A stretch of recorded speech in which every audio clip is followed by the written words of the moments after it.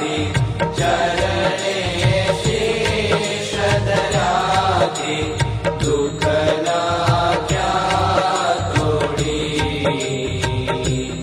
ओम जय सद्गुरु स्वामी नारायण नरदाता द्विज कुल तनुधारी। प्रभु द्विज कुल तनुधारी पामर पतित उद्धार्य पामर पतित उद्धार्य अगणित नर नारी। ओम जय सद्गुरु स्वामी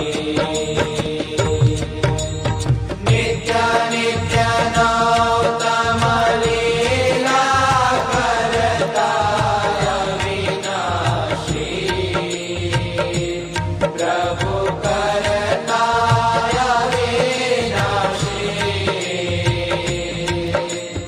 68 तीर्थ चरणे 68 तीर्थ चरणे कोटि गया काशी। ओम जय सद्गुरु स्वामी पुरुषोत्तम प्रकटनु जे दर्शन करशे। प्रभु जे दर्शन करशे